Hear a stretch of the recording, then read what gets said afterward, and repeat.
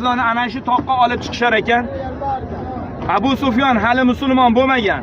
Borib baqirib bor ovozda g'alaba kuyi bilan aytayapti. Muhammad tirikmi deyapti. Payg'ambar alayhisalom bularning gapiga javob bermanglar. U aytayapti, Abu Bakr tirikmi? Indashmayapti.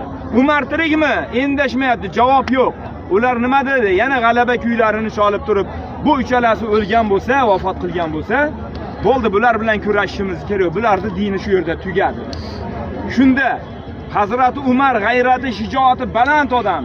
Ey Allohning dushmani, sen aytayotgan uchala shaxs ham tirik. Chidab tura olmadi. G'ayrati shunaqa edi.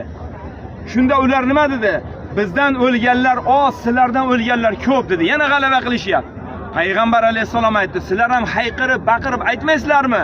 Ulardan o'lganlar do'zaxda, bizdan o'lganlar jannatda deb aytmaysizlarmi? Ular shunday hayqirishdi. Bular endi shundan qaytib tushar ekan, yo'llarda o'lgan o'liklarni, shahid bo'lgan sahobalarni burnilarini qirqishardi. Quloqlarini qirqishardi. Hatto Hamza roziyallohu anhu, mana bu ikkinchi stalba turibdi-ku, mana 1, 2, 3-stalba. Ana shu stalbani tagida shahid qilingan.